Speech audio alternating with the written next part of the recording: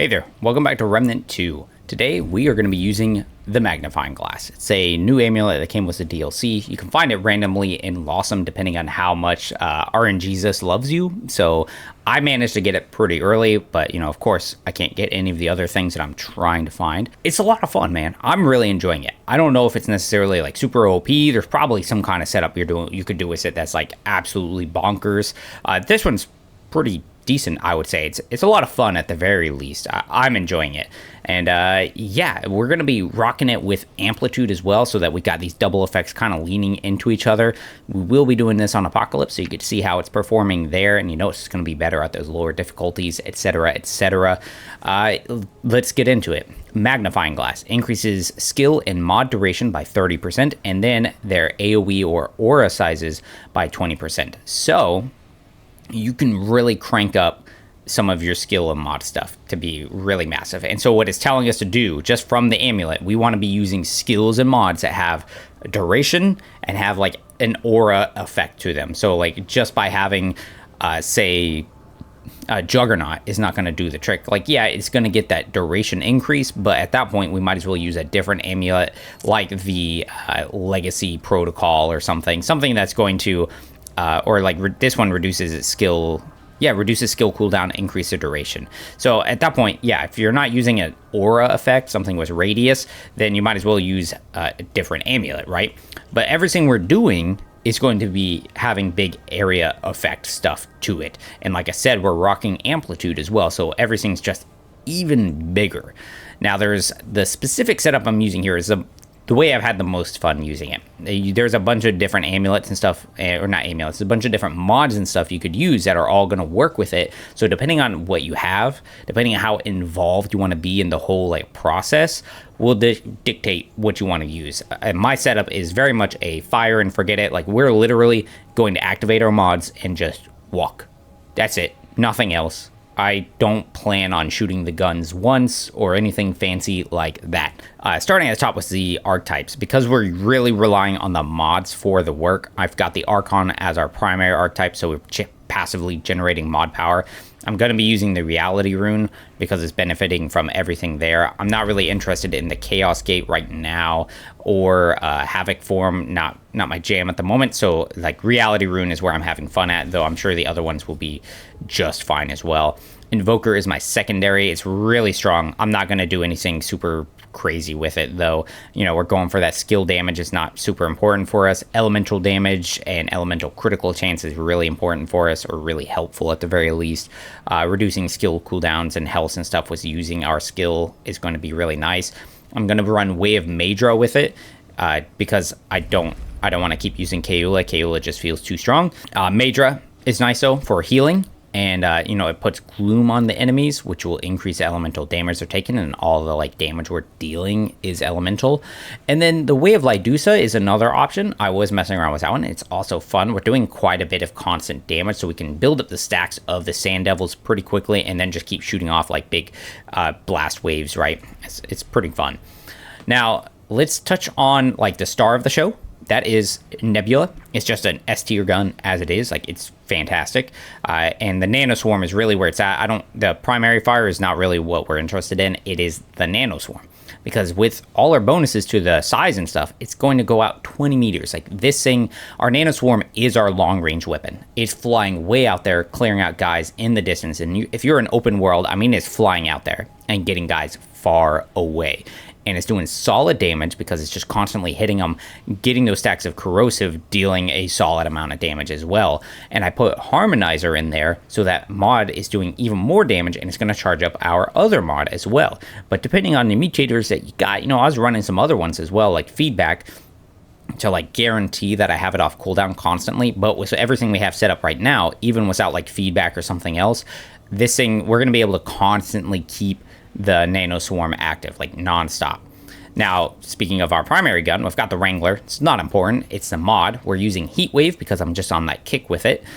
Is it the best? Maybe not. It's a little finicky and kind of what it seems like is in the aura, and how long it seems to catch them on fire. It says 3 seconds, but it feels a little longer at times. It says 25 meters, 25 and a half meters, but it doesn't always feel that far. But I do really enjoy it because it is quite a bit of fire damage, and where the Nebula Nano Swarm is getting a lot of enemies at range, this thing is keeping us safe up close. So as the Nano Swarms fly out and they're getting like 2 or 3 guys maybe, if there's a lot of enemies and they start getting in close, this heat wave is going to start catching them on fire because they're going to walk past a Nano Swarm only to walk into fire. And then once they're basically in the aura and they catch on fire, even though the fire only lasts for 5 seconds, as long as they stay in the radius, they're going to stay on fire because they're constantly in that radius. Now, the tricky thing with Heat Wave, the thing that I don't like about it, is not a lot of the like mod mutators are really good for it, because the Heat Wave itself doesn't actually deal damage. It doesn't benefit from mod damage. When I've tried swapping around mod damage effects, it doesn't change anything because the mod doesn't deal damage. It catches them on fire, and then that fire deals damage. So if you have effects that increase elemental damage, that's going to increase what you're doing. So that is a little frustrating, but I put Spellweaver in there. I've been bouncing around a bunch of the different mutators. I ended up choosing this one because of the mod power generation, and then when they activate it, it can reduce our skill cooldowns, which can be kind of nice so that we constantly have Major active, constantly have the Rune active, etc., etc. Now, the melee weapon, I have Mirage. I have not really tested it yet with this setup, but in theory, this thing, when you activate it and you start spinning it around, creates an aura. It's affected by all our radius stuff, right? So we can hit guys in a sizable space. And then when we're actually getting them, it applies Exposed so that they start taking more damage. I don't think it's going to be very good for our setup, honestly. Like, in theory, it could be okay. Not super amazed, I think, so far. I don't know. However, running something like the Krell Axe, Smolder, one of your other elemental weapons, and then, I mean, I'm just a sucker for Tempest. Put that in there, lowers all their resistances, and increases the damage of the status effect from your melee weapon. So then they're just taking more from the melee weapon, more from our, our fire and our corrosion. Yeah. Our relic is a Tormented Heart. This thing explodes in a radius. We've got a bunch of things increasing the radius, so it's going to hit a fairly large size, steal back some health for us. We put in health, we put in elemental damage, and increased mod duration. When we go over to our rings, what we're looking for is increased mod duration, increased mod power generation, and elemental damage. Like, those are the key things. So those are the wickets I would try and hit. Now, our setup, though, overall is a little squishy, so if you're not super comfortable with it, I would trade out some of the damage or something and put in some more defensive options, whether it's something that's covered, when you're low, like Ring of Crisis or the Moonstone, something like that, or maybe something giving you Bulwark, I don't know, whatever you kind of have that makes you more defensive. I have in Zoe's Ring, increasing our mod duration by 20%, Alumni Ring, increasing all our elemental damage by 10%, Cataloger's Jewel, just automatically generating mod power, and then the Red Ring of Death. We really only have 2 main status effects going on. Both of them have pretty big numbers to them, so either one that we split is a pretty sizable damage increase, so Red Ring of Death works pretty well for us. The armor-wise, Academic's Hat with the Academic's Overcoat, with the Radiant Greaves and the Radiant Bracers. I just kind of chose that. It puts us at 49.7 weight. So we're right at that medium roll limit, and we also have 46% damage reduction, which is not amazing, but it is what it is. Now for the traits, again, really one main one that we want, Amplitude. After that, it's whatever works best for you to survive in Apocalypse or whatever difficulty you're doing. So going into mods, there are 3 main ones I say you want, and that's going to be Spirit, so that you increase your mod power generation, charge up your mods faster, Amplitude, increasing those AoE and aura sizes, and then Chakra, increasing your mod duration by 30%. All those are fantastic. Chakra, if you don't have it, it's a new one. You have to get it through the campaign in Root Earth, so you got to make it through there and complete one of the boss events where you hold off the waves inside a building. Yeah, those are the main choices. After that, it's whatever you feel you need in order to survive. So I took Triage, Regrowth, Fortify, Vigor, Siphoner, since we're hitting so many things so often. I did not put any of my normal points into Endurance and Stamina Recovery, which might be a mistake. We'll kind of see how it feels. It does feel bad to me because I normally do have those. We're in the Hatchery. We're going to show it off here against some just kind of trash enemies, against a boss that's going to be kind of perfect against it, and then ideally I'll get to the world boss and we'll try it out on that. Let's go and activate this, and then look, they're going to fly out and they're just chunking doodads, and look how far they go. They just go out and they seek things and we don't do anything, and then we activate the heat wave, And then if anything ever stays around us or gets close to us while our nanos are away, they're going to catch on fire. The other like upside with the heat wave is that there are some enemies that like my Nano Swarm was like not catching. So for example, in Loadout, when you have some of those Fey enemies that are sitting up in like little nooks and stuff, the Nano Swarm didn't seem to like to target them. Like it would get up there and then it couldn't hit them. And so then the heat wave would actually get them. And heat wave is going to hit guys through walls on different levels. So it does actually cover some of the areas where the Nano Swarm isn't quite doing. Now you may have noticed we immediately activated Nano Swarm again. We're going to have it active all the time. And look, it just immediately starts going out there, starts catching them and dealing damage. As they start getting closer, they're just going to walk into the heat wave, but they don't even have a chance. We're not even using our melee weapon. We're not shooting. We're not doing anything. Bam, Nano Swarm is active again. That's a new ring. Thank you. I don't remember what that one does. Health as a shield after a charge shot resets after an action gain 25. Okay, I like that. I'm going to use that for something. Yeah, now the bad thing, so heat wave doesn't automatically charge itself up very well. It doesn't take very long to charge it. So, you know, yeah, whatever. I would almost recommend with the Nano Swarm, you know, you can just activate it all the time and make sure you have it active constantly. But sometimes I think it helps to just kind of wait until you know there are enemies nearby, because like why else have it active if you don't know there's enemies. Now look how the Nano Swarms weren't by that dude yet, but they was caught in the heat wave. But see, that's a bad thing with the heat wave. It felt like it took a long time to activate, and that's probably the biggest downside to it, is just that it takes so long to actually deal damage. But in your long fights and stuff, it's going to do a lot. Like that dude was taking 116 damage per second. That's a lot. And see, our Nano Swarm's down, but you know, even though we took a second to activate it, the fire went ahead and took care of our enemies. We did take a hit. We are pretty squishy, like I said.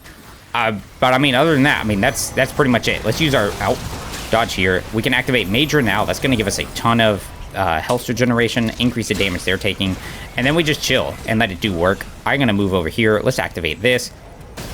It hit him, fully healed us. And see, we could activate that reality rune, and that's going to slow enemies down. So like if you are under like a lot of pressure, you hit that reality rune, guys getting close, and then they're slow. And they're slow in a heat wave. They're slow with Nano Swarms chipping them away. Like, the overall meshing of these abilities feels really good. Now, let's say for some reason, it's the nature of this game is like, if you're kind of just playing through it, you're probably not going to have everything, unless you're playing over and over again. But let's say you don't have Nebula or some of the other things that, I'm using. Like, let's say you don't have Heat Wave. Let's say you don't have Nebula. What else can you use, right? You could rock the Monolith. Monolith is a beast with its Sandstorm effect. Like, it's all affected by all the radius effect and duration as well. So it goes out there, it's doing a bunch of damage. It's, flying around, seeking guys out. And it also applies exposed as well. So you can keep increasing the damage that they're taking as well. So fantastic choice with that. The Sagittarius effect is affected by it. It's not bad. I don't think the setup is perfect for it, though. It didn't feel super amazing. Spore Bloom is also affected by it, if I remember correctly. So, like, if you want to use that for slow and haste, that can work for you. Star Killer is also, like, the same deal. But when we go into some other, like, mods that you can just kind of slot in there, look at that low poly crossbow. Nice. You've got things like Creeping Mist. Huge radius covering the entire area. Of course, Firestorm. You could rock some Firestorm. 15 seconds of that. That sounds scary. The Ring of Spears. Huge radius that you can be rocking with that thing. Familiar, lasting for a long time, is fantastic. A lot of fun. Also, like Nano Swarm, you just put it out there and it's going to go out and do things for you. The Scrap Shot gets a better radius. I think this is also like this is already a pretty small radius, so it's not something I would like write home about. Song of Aether is actually super fun. Like, You throw that out there. It's a huge slow radius, and then, you know, it's a mobile range slow. So you throw it out there, reduces damage that the enemies are dealing, and then your Nano Swarms are just flying around unchecked, like just massacring guys. The Voltaic Rondeur is super sweet. It hits a huge area, and if it was like a feedback loop onto it, or a mutator, you can suddenly just spit like lightning orb, lightning orb, lightning orb, and in those tight hallways, this thing can just be an absolute monster. Tremor hits a big area, lasts for a long time. Like, there's a lot of fun here. The Soulbinder should also hit things in a very big radius as well. It's just, you know, kind of finicky and like what you're hitting and then dealing damage to them and all that kind of stuff. I don't think there were really any other like specific. Oh, the cube.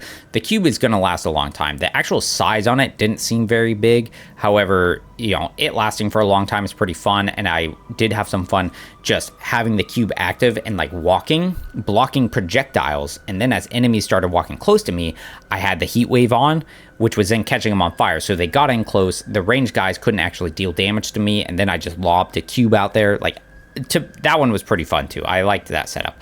But let's go ahead and take on this dude. I'll stop rambling. This one should be pretty fun, I think. The one bad thing, depending, is there being a lot of targets, right? I was fighting the Bloat King in Lawsome, right? And with there being so many, like, targets, the Nano Swarm was getting a little, I would say, distracted, maybe. So it wasn't actually hitting the boss. It was just hitting all the little ads. So it just wasn't quite as effective. So now we hit him with this. Maybe that'll do some good work. I don't know. Oh, of course he's elemental resistance. Is he? Well, he is on fire. If I see, now we get the Nano Swarm on him. Now we're good. And then everything else should just be catching on fire, right? Because we've got a big aura of fire going on. Nano Swarm's just kind of going out and getting things for us. And like I said, this is just a fire and forget it setup. Like, look how they just immediately exploded. The Nano Swarms is off doing its own thing. We just kind of walk and let them do what they need to do. Obviously, not the fastest right now. And we are taking that damage, but, you know, we use a relic. Boom. Look how it clears them all out. Let's activate the heat wave. Activate, thank you, heat wave. We're going to this one. Maybe you hit him with that exposed. The mutate I have in there is steadfast because I wanted to like take less damage if I just sat there doing the whirlwind, but we really don't have a lot of stamina, so it's not actually very amazing for us. It might be worth it for us to try the reinvigorate to reduce the stamina cost of the charge attacks, but like I said, you know, trying it out, that wasn't like, I don't know, this Mirage weapon was just not super amazing for us right now. Let's pop him with our relic. Boom. Which, that's another thing with our relic and the Archon. You could rely on that to, like, get your mods charged up if you really need to in a pinch. Yeah, unless something crazy happens, I'm going to skip through the rest of this fight because you can see how it's working.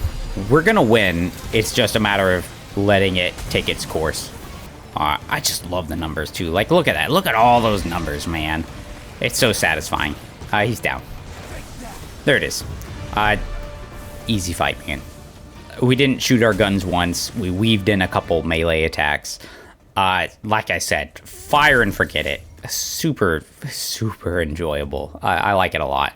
And then just walking around dungeons, walking around open worlds, and just watching your stuff just do work for you. It's so fun. I enjoy it quite a bit. But let's try it on a world boss. I've tried it on... I tried it on somebody. Nightweaver. Did Nightweaver. That fight was interesting. It, again, took a while. You know, it's a slow burn. It's a slow burn. Obviously, that dude had elemental resist, so that kind of added to the duration, but I don't know. Let's get you there and show you how it goes. So on the way over here to this boss, I actually put in Reinvigorate into Mirage, and that did make it feel a lot better because the stamina management was just a little bit better. You know, I did not need to do sustained, like, attacking or whirling. So, like, I would drop a reality rune, and as enemies would kind of pile in, just do a quick kind of sweep like that to get the whirlwind going, the sandstorm, and then apply expose to all of them, and they're slow in this area, catching on fire and stuff. So that actually felt pretty nice. But for this boss, I'm probably going to go ahead and put on the Krellax with Stormbringer as my mutator, because I think that's just going to do better for us, because with him, he can do a lot of damage if you're in close and he catches you with a melee attack, and I don't care to get one shot. I don't think I'm going to have a good opportunity to really, like... Alright, here we go. Yes, sir. Let's get Nano Swarm going. Get you cooking. We're going to dodge you. Activate Madra. Oh, hello. Haha. Ooh, that could have been scary. Bad thing, right? We have really low stamina, so I have to really watch with those charged melee attacks. I need to move now because he's going to roll. Ooh, he did the belly shot. I guess that's because I was super close. We can definitely use the reality rune to give us some more defenses, right? But overall, like, we're chunking them down pretty well right now. We would be more efficient if I went ahead and I threw in, you know, some ranged attacks to add in status effect damage, right? With, like, the corrosion. The actual gunfire of our... Oops. Of our Wrangler, whatever. It's not going to add a lot. Yeah, it was a little squishy. Alright, so no mistakes. This is where you would probably consider putting on more defensive items to make sure you don't get one shot. Because we're not doing that much damage that to where we're like, we're gonna kill him before we get, yeah, whatever. You get what I'm saying. Hit you. Whoop.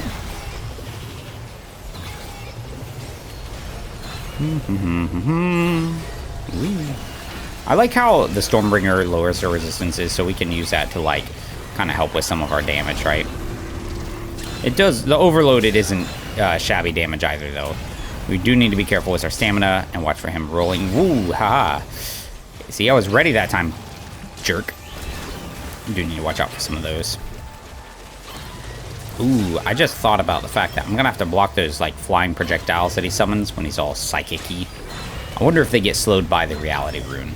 I feel like the answer might be yes, but I don't know that for sure. Yeah, I saw you, bud. Alright, is he doing it now? I think he might be doing it now. Nope, he's trying to eat us up. There's our heat wave again. Yeah, I'm on to you. I'm remembering your moveset a little bit more now, bud. Yeah, overall, fight hasn't been bad this second attempt. Once I remembered all of his moves, you know, because you definitely, I mean, if you're gonna play on Apocalypse, you need to make sure you're really cognizant of what the enemy can do. Yeah, a nice steady damage. That's what this build is doing here, right? Nice, steady, free and easy damage. I don't think I might have shot a tiny bit out of the nebula there at some point in that fight, but we didn't really, though. We didn't use our guns at all. Yeah, it worked pretty well for us. Now the thing about that, though, too, right, even though we're using the magnifying glass for, like, that boss fight, it probably was not necessary. The duration is really nice. I do really like that. The thing about it, though, is, like, we really didn't need that AoE size increase because we're in a tight arena with the boss anyways. Like, we don't need it to hit from 25 meters away.